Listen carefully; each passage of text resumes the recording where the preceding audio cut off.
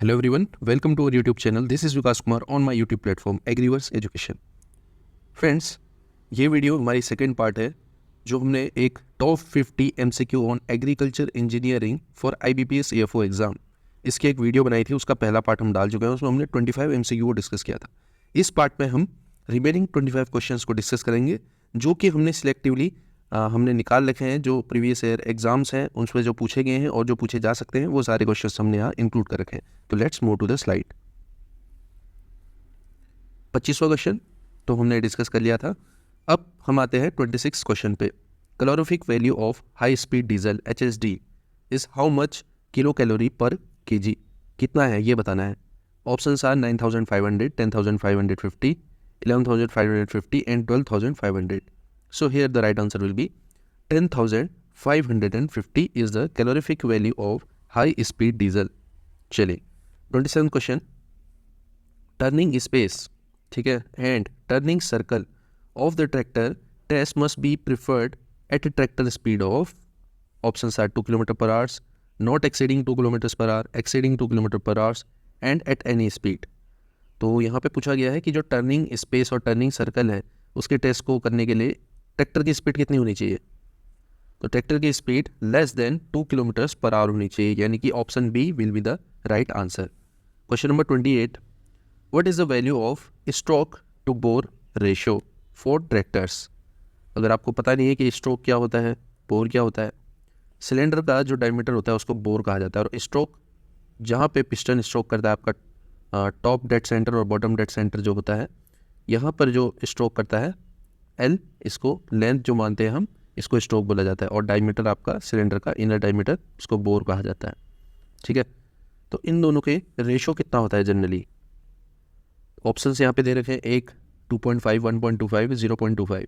So here the right answer will be option C, 1.25 is the value of stroke to bore ratio for tractors. और यहाँ पे calorific value पूछी गई है biogas की, और ये बहुत सारे एग्जाम्स में पूछी जाती है।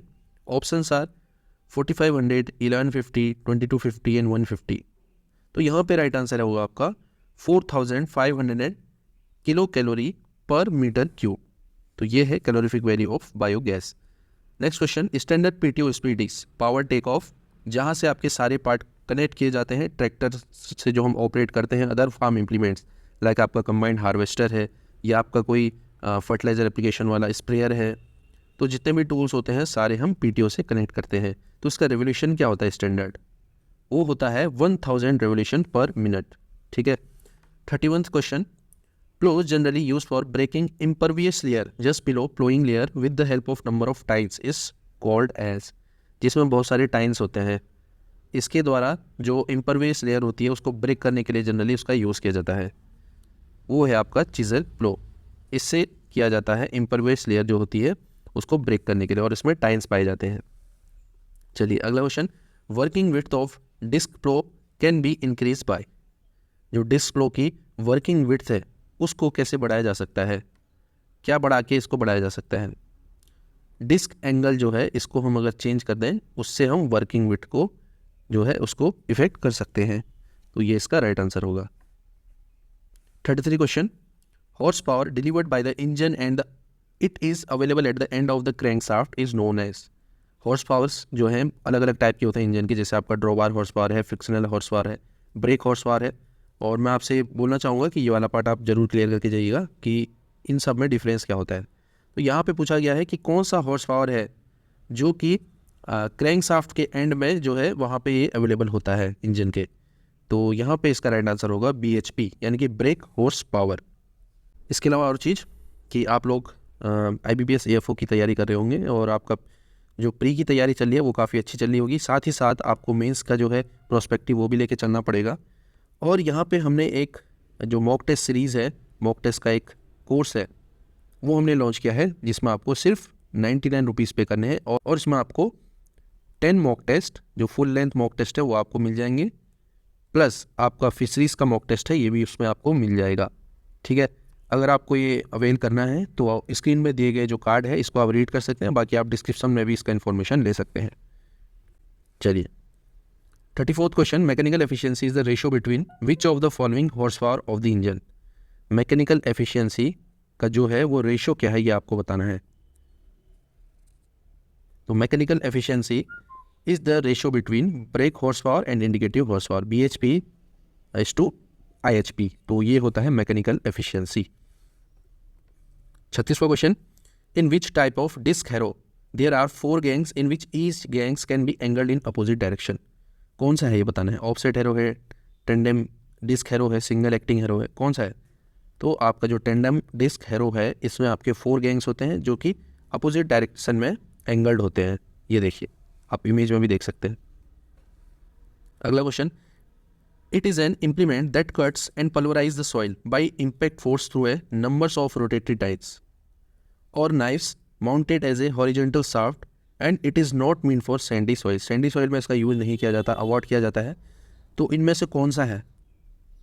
तो यहाँ पे इसका राइट आंसर होगा ऑप्शन सी, रोटावेटर। चलिए अगला question 38, what is the depth in case of deep ploughing as per the Central Research Institute of Dryland Agriculture. CRIDA के अकॉर्डिंग डीप प्लोइंग कितने सेंटीमीटर में करी जाती है। सेलो तो आपको पता होगा, सेलो सोइंग अगर करनी है तो 5 to 6 सेंटीमीटर, मीडियम के लिए आपका 15 to 20 centimetre and for deep ploughing it is 25 to 30 centimetre. और ये क्वेश्चन इंपॉर्टेंट है। अगला question, which of the following is a portion of the piston below the piston pin which is design to absorb the side movement of the piston. Piston के side movement को absorb करने के लिए कौन सा जो है वो पोर्शन है पिस्टन का, वो आपको बताना है। फ्लाई व्हील है, क्रैंकशाफ्ट है, स्कर्ट है या पिस्टन है। Right answer is option C, skirt. तो ये क्या करता है, side movement of the piston को ये एब्जॉर्ब करता है। 40th question, the process of removal of burnt और exhaust gas from the engine cylinder is known as. जो जली हुई गैस है, एग्जॉस्ट गैस है, उसको बाहर निकालने की प्रोसेस क्या बोलते हैं, उसको बोला जाता है स्कैवेंजिंग। चलिए अगला question, any tillage and planting system that covers dash percentage और more of crop residue in the surface will comes under conservation tillage. आपसे पूछा गया है सिंपल सा कि कंजर्वेशन टिलेज में जो सॉइल का सरफेस है उसमें कितना % क्रॉप रेसिड्यू को छोड़ा जाता है, तब वो कंजर्वेशन टिलेज में आएगा। तो अगर 30% से ज़्यादा आपने क्रॉप रेसिड्यू को छोड़ा है फील्ड में इन ए टिलेज ऑपरेशन, तो वो आ जाएगा आपका कंजर्वेशन टिलेज में। ठीक है। अगला, as per NCAER report on farm machinery industry farm power availability in India was, कि आपसे पूछा गया है कि NCAER की जो रिपोर्ट थी इसमें इन्होंने एक रिपोर्ट निकाली थी, farm machinery report, farm machinery industry report. इसमें इन्होंने बताया था कि फार्म पावर अवेलेबिलिटी इंडिया में 2018-19 में कितनी थी, 2.49 किलोवाट पर हेक्टेयर। अगला question, what is the tilt angle in case of vertical disc plough. यहाँ पे क्या लिखा गया है, वर्टिकल डिस्क फ्लो स्पेसिफिक कर दिया है। तो वर्टिकल डिस्क फ्लो के केस में टिल्ट एंगल होता है आपका 0। चलिए अगला question, which of the following implement performs primary tillage as well as secondary tillage operation simultaneously. कौन सा है ये। Right answer is option C, so rotavator performs primary tillage as well as secondary tillage operation simultaneously. 45th question, in 4 stroke engine cycle is completed in how much revolution of crankshaft. Crankshaft के कितने revolution में एक stroke पूरा होता है या एक cycle पूरी होती है। तो जब 2 रेवोल्यूशन हो जाते हैं क्रैंकशाफ्ट के, तब 4 स्ट्रोक का साइकिल कंप्लीट होता है। 46th question, physical condition of soil is known as. क्या बोला जाता है, टिलेज बोला जाता है, टिल बोला जाता है, टिल्थ बोला जाता है या होइंग बोला जाता है। So physical condition of the soil is known as tilth. अगला question, what is the work capacity of mould board plough MBP जो ट्रैक्टर ऑपरेटेड है और जिसका साइज है 2 × 350 mm। तो इसका वर्किंग कैपेसिटी है 4 to 5 आवर्स पर हेक्टेयर। एक हेक्टेयर में 4 to 5 आवर्स, इतना ये इसकी वर्किंग कैपेसिटी है।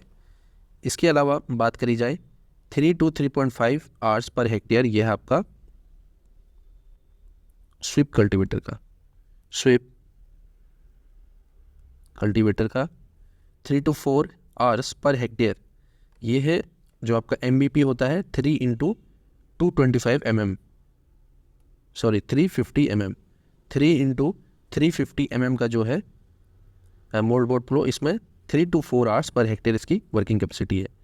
देन आपका आता है 2 to 2.5 आवर्स पर हेक्टेयर, यह आपका डिस्क हैरो, जो आपका डिस्क हैरो होता है इसकी वर्किंग कैपेसिटी है जिसमें 16 डिस्क पाए जाते हैं, इसमें 16 डिस्क होते हैं। इसके अलावा कल्टीवेटर का भी इतना ही वर्किंग कैपेसिटी है। ठीक है।